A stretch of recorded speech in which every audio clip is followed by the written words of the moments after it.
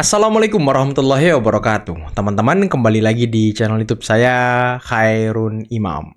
Gimana nih kabar kalian? Semoga kita semua selalu diberi kesehatan, kemudahan, dan juga limpahan rezeki dari Yang Maha Kuasa, teman-teman ya.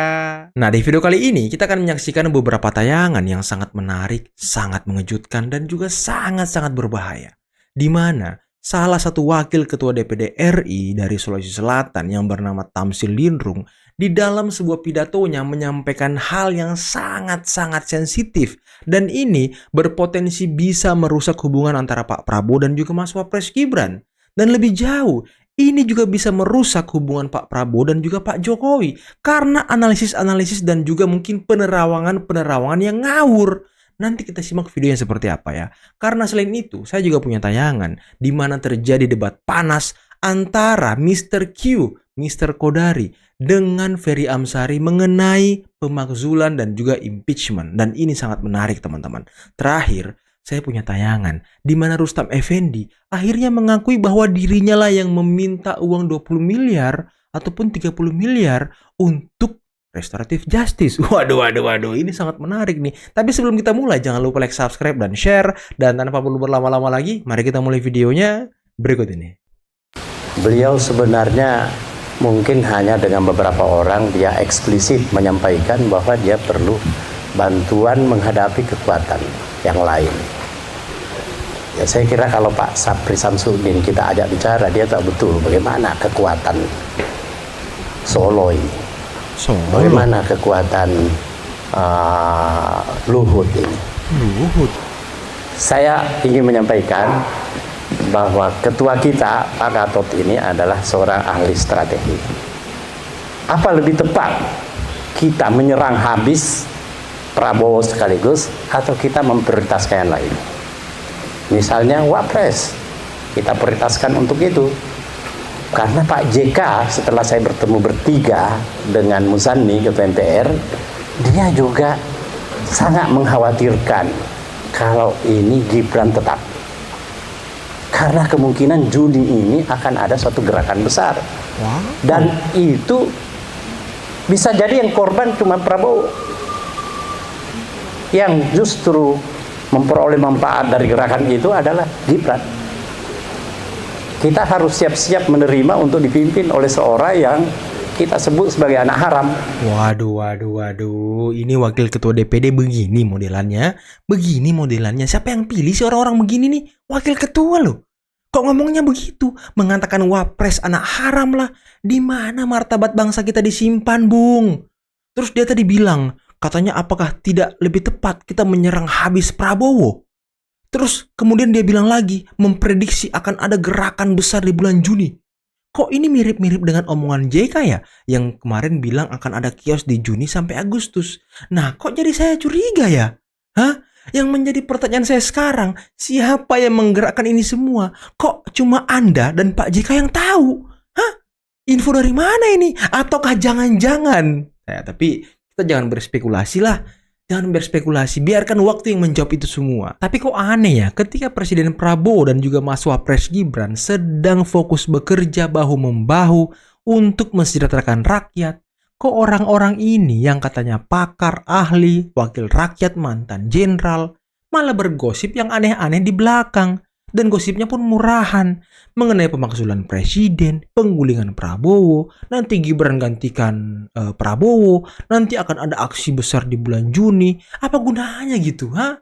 Mending ya Anda ini semua berikan kritik yang membangun buat bangsa ini dan mari kita kawal pemerintahan Prabowo Gibran sampai tahun 2029.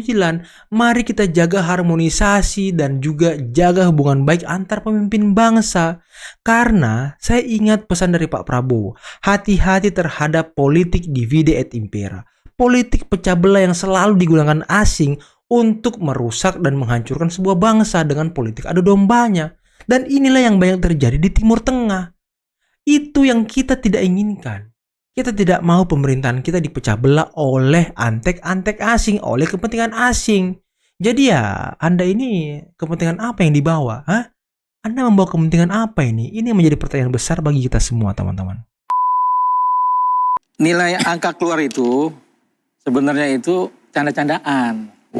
Canda-candaan. Canda-candaan. Serius Jadi kau? Rasman nganggapnya serius gitu loh. Jadi ketika saya dengar di acara kemarin itu, saya nggak datang gara-gara nemenin anak potong rambut, seharusnya Rasman tuh logikanya tuh bermain gitu loh sebagai kuasa hukum. Gitu. Kalau Ngomong bicara aja soal kalau mau. tawaran RJ kan banyak buat saya. Sebentar itu Anda ngobrolnya berdua aja sama Rasman, lagi kontakan atau? Bukan, ini bukan sama Rasman sebenarnya. Masa saya juga bingung kok bisa itu berada di Rasman gitu loh. Jadi cerita begini, saya punya kawan di TPU juga, ex TPUA.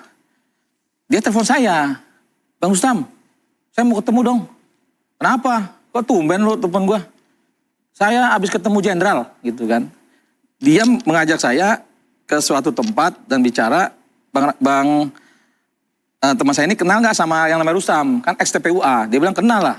Kan dia aktivis juga, ex TPUA juga. Terus bisa nggak diatur supaya supaya maulah dia RJ. Yang menarik buat saya itu karena disebutan jenderal. Ini menarik buat saya gitu loh. Oke. Makanya saya bilang, Iya. dalam hati saya, wah nih gue kerjain juga nih jenderalnya kan gitu kan. Disebut tidak jenderal dari mana, hijau atau coklat? Nah itu Nah, apa tuh? disebut apa enggak ya partai coklat lah. Dia bilang itu pengakuan dia kan. Baik. Tai atau tidak saya nggak tahu gitu loh. Terus saya bilang begini sambil canda-canda. Ya udah lu bilangin sana. Kalau di atas 20-30 oke. Di bawah itu nggak usah lah saya bilang gitu Serius kan. kau bercanda. Nah, ketika abis abang serius Serius lah. kau. Tapi dalam hati saya ketawa-ketawa juga kan. Ketawa. Nah, yang benar, serius atau nggak serius nih Bang Iya, Rustam? akui aja lah. Jadi begini, kalau buat saya dari dulu saya bilang, ikan yang nawarin saya tuh banyak. Waduh, akhirnya dia mengakui sendiri teman-teman ya. Katanya minta 20-30 miliar. Waduh, untuk RJ ngeri kali. Tempat korupsi paling aman, kickback paling besar adalah IO. Tempat korupsi Apa paling aman lagi event orangnya? organizer. Event organizer. Karena itu harus dicabut. Coba aja lihatlah. Lembaga-lembaga yang anggarannya besar, itu IO yang ngatur semua. Jadi pernyataan saya bahwa IO sarang abal-abal, sarang korupsi, itu diksi dan saya minta maaf atas kesalahan Minta diksi. maaf. Yang saya maksud adalah Minta maaf. jangan lagi pejabat Enak itu kali kau minta menggunakan maaf. IO ditunggangi untuk korupsi. Itu maksudnya. Jadi ada satu garis bawah ini ya. Tadi soal modus satu hal. Saya boleh tegaskan lagi. Bung Said Didu meminta maaf Ya. atas Minta Kesalahan maaf diksi yang ujung-ujungnya kan. maksud, karena yang saya maksud adalah kegiatan pemerintah yang merancang kegiatan menggunakan IO padahal digunakan untuk korupsi. maksudnya bukan IO-nya, Bukan. tapi ada Bisa juga IO Ya, abal-abal. abal-abal tadi. Tapi ada prosesnya. Proses perancangan. Kong kali kong antara IO abal-abal tadi dengan pejabat negara, penyelenggara negara. Dan bagi saya kalau tudingan makar ini dianggap sebagai sesuatu yang menakutkan presiden, bagi saya presiden tidak punya jiwa militer yang kuat juga. Meskipun sampai hari ini dari Iya, presiden belum ada. Jadi nggak pernah makar, presiden ya? mengatakan takut makar atau Ya. kemudian mengatakan itu makar, nggak pernah loh. Ya, orang-orang di Pernah. sekitar istana itu gambaran istana.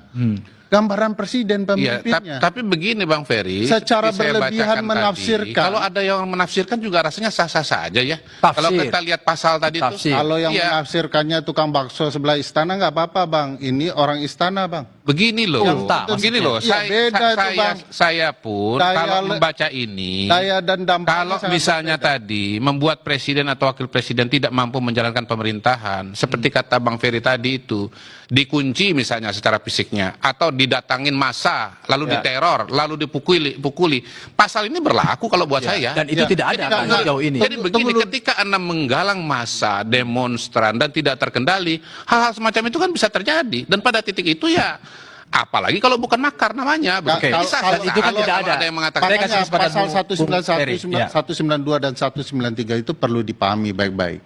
Kata 193 soal menggulingkan pemerintah, baca penjelasannya. Penggulingan itu berkaitan dengan meniadakan pemerintah dan mengubah struktur pemerintah. Apa hebatnya Profesor Saiful Mujani mengubah dan meniadakan pemerintah?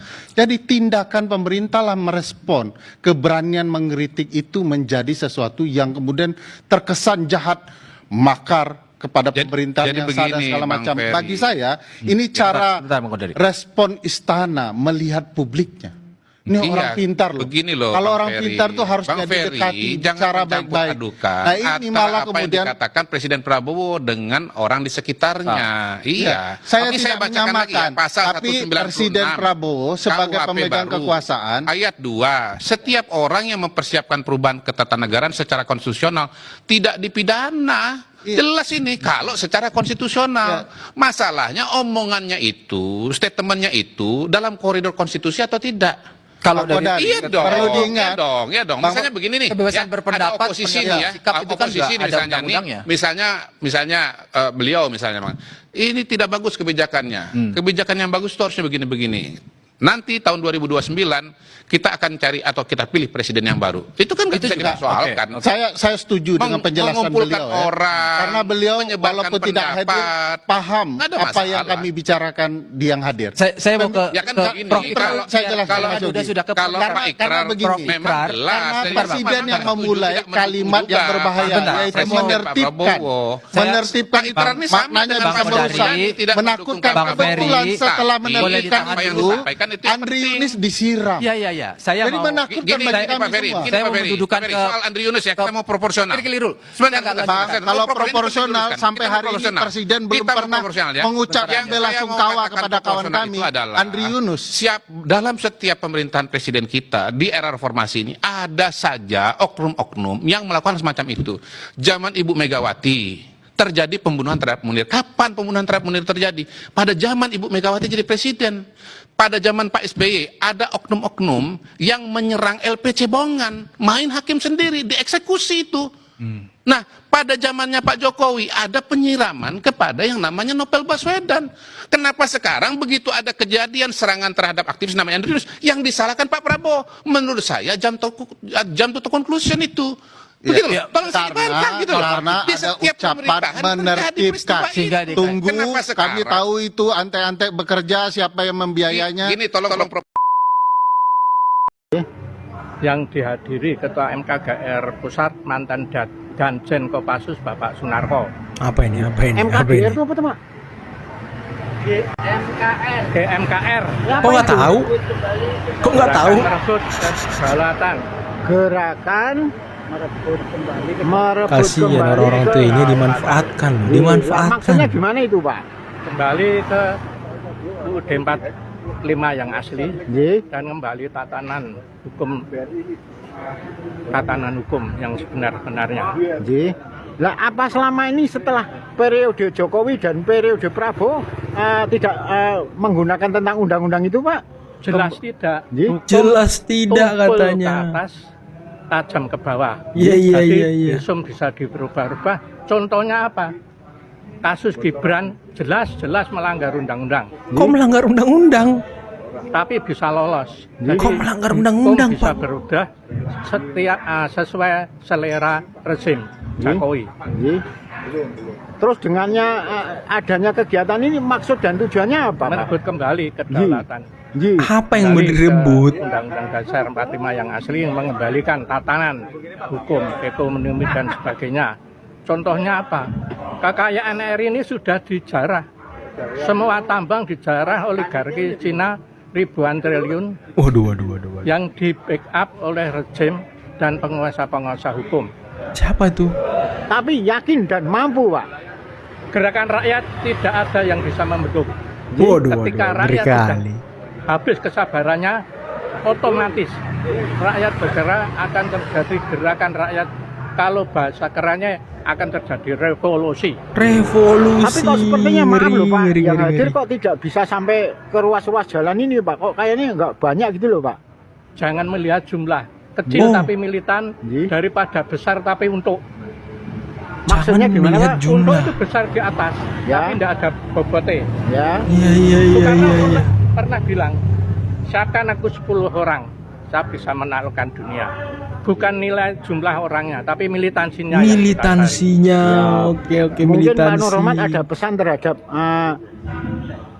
masyarakat yang kondisinya saat ini nih. Jangan pernah berhenti menyuarakan kebenaran dan kita sepakat tangkap dan adili Jokowi, makzulkan Gibran.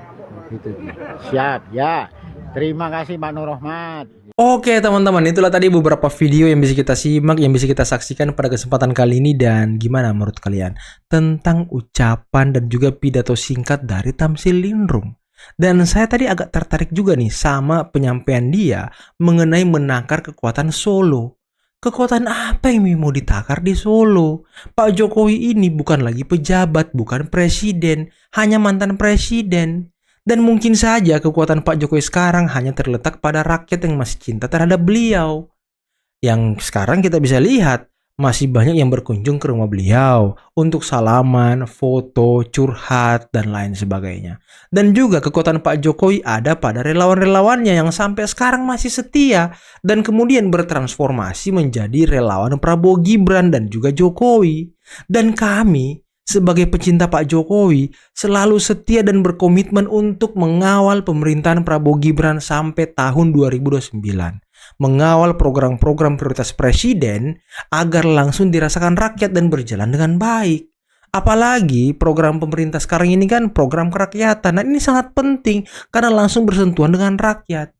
Jangan sampai ada oknum-oknum yang berusaha untuk memecah belah. Seperti yang dikatakan Pak Prabowo, hati-hati terhadap politik divide et impera. Dan ini yang banyak merusak negara-negara di Timur Tengah, teman-teman.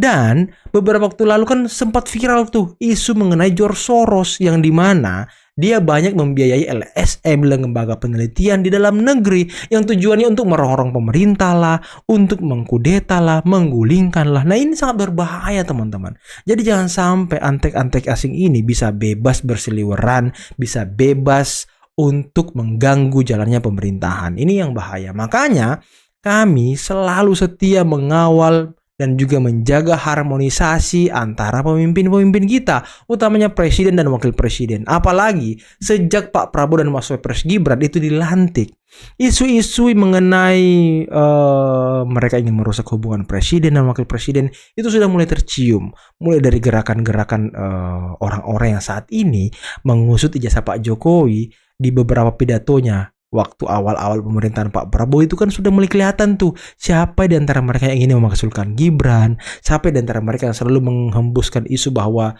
nanti Pak Presiden berhalangan tetap, kemudian Gibran yang naik. Ini kan isu-isu yang kemudian berkembang mengenai akan ada aksi di bulan Juni, aksi besar lah dan lain sebagainya. Tapi ini kutub-kutubnya sepertinya mulai kelihatan, teman-teman, mulai terlihat jelas.